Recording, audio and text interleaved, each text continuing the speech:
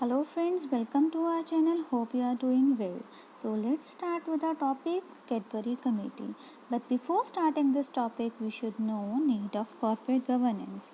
तो corporate governance जो है वो essential है ताकि हम अपने ऑर्गेनाइजेशन में ethical code of conduct maintain कर सकें, properly disclose कर सकें अपनी important terms को और ट्रांसपेरेंसी मेंटेन कर सकें।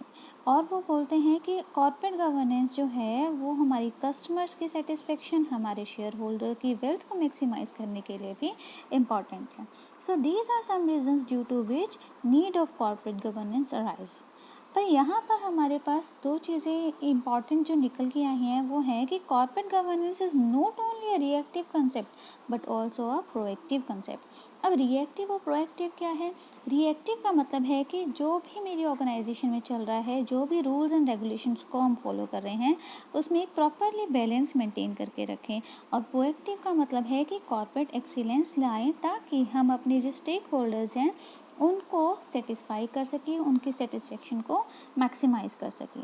So moving forward to our main topic which is Cadbury committee report. तो कैडबरी कमेटी जो है वो सेटअप की गई मई 1991 में और इसको सेटअप किया गया financial reporting council of London stock exchange ने। अब जो हमारे पास इसकी फाइनल जो रिपोर्ट पब्लिश की गई वो की गई हमारी दिसंबर 1992 में और एड्रियन कैडबरी जो है वो इस कमेटी के चेयरमैन रहे। ये कमेटी ने डिफरेंट फाइनेंशियल एस्पेक्ट्स की स्टडी की और बाद में कोड ऑफ बेस्ट प्रैक्टिस को पब्लिश किया और इसी के अंदर जो भी प्रोविजंस थे यूके की लिस्टेड कंपनीज को बोला गया कि इन प्रोविजंस को वो फॉलो करें। फर्दरमोर ये जो हमारे पास कोड ऑफ बेस्ट प्रैक्टिस है ये 4 सेक्शंस में डिवाइड किया गया है। First one is role, duties and composition of BOD. Next one is appointment, role and non executive director. Third one is dealing with their remuneration and last one which is fourth one is addressing the company's financial reporting and control। तो first जो है वो है हमारा board of directors. तो board of directors की meeting एक regularly interval पे होनी चाहिए ताकि वो अपनी कंपनी में प्रॉपरली इफ़ेक्टिव कंट्रोल मेंटेन करके रख सकें। और उन्होंने बोला जो भी मेंबर्स थे बीओडी के उनके बीच में उनकी रिस्पॉन्सिबिलिटीज़, उनकी पावर्स, उनकी अथॉरिटी प्रॉपरली डिवाइड होनी चाहिए। ऐसा ना हो कि किसी को ज़्यादा मिली और किसी को कम। बोर्ड में जो मेंबर्स हैं उसमें हमारे पास नॉन एग्जीक्यूटिव डायरेक्टर्स होना मस्ट है।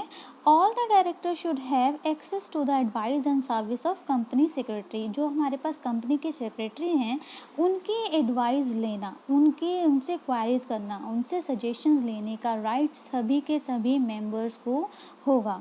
और इन केस कंपनी के सेक्रेटरी को रिमूव करने की बात आती है तो ये भी सभी मेंबर्स के डिसीजन से ही होगा। ऐसा नहीं है कि एक इंडिविजुअल पर्सन के डिसीजन से हम लोग उसको रिमूव कर सकें।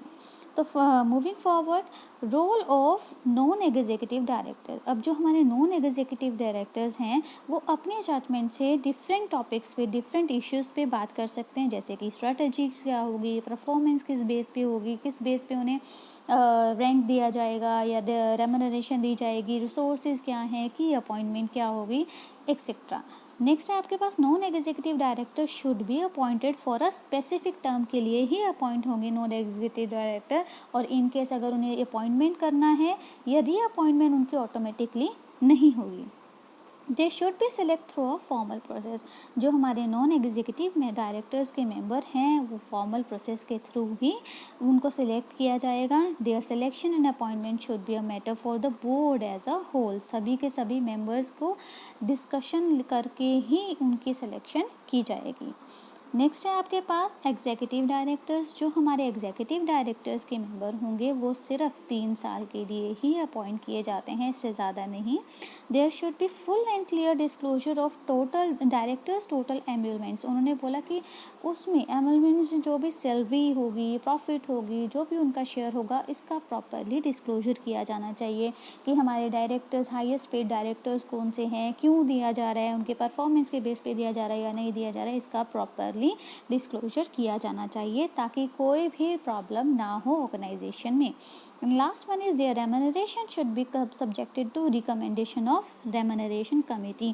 कैडबरी कमेटी बोलती है कि अगर उनके रेम्यूनरेशन को डिसाइड करना है तो ये जो डिसाइड करेगी वो हमारी रेम्यूनरेशन कमेटी ही सेट की जाएगी, जो कि बनाई जाएगी सिर्फ और सिर्फ नॉन एग्जीक्यूटिव डायरेक्टर्स को लेकर। मतलब मेरी जो रेम्यूनरेशन कमेटी होगी उसमें सिर्फ नॉन एग्जीक्यूटिव डायरेक्टर्स ही होंगे।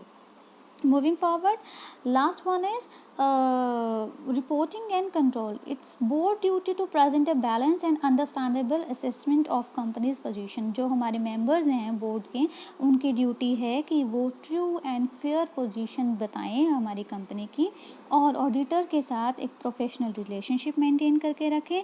और जो बोर्ड है वो बोर्ड एक ऑडिट कमेटी को इस्टेब्लिश करेगी जिसमें एटलीस्ट कम से कम नॉन एग्जीक्यूटिव डायरेक्टर्स होने ही चाहिए, और उनके जो राइट हैं, उनका जो काम है वो एक रिटन फॉर्म में उसमें मेंशन होना चाहिए। So following its publication all the companies were requested to adopt the provision. सबको बोला गया कि इनके रूल्स रेगुलेशन प्रोविजंस को फॉलो किया जाए, और as a result many companies change their governance procedure and conduct accordingly. और इसीलिए उन्होंने अडॉप्ट किया, कंपनीज ने अपनी कंपनी में इम्प्लीमेंट किया। तो ये थी आपकी Cadbury committee. Hope you like this, so please like, share and subscribe. Have a good day.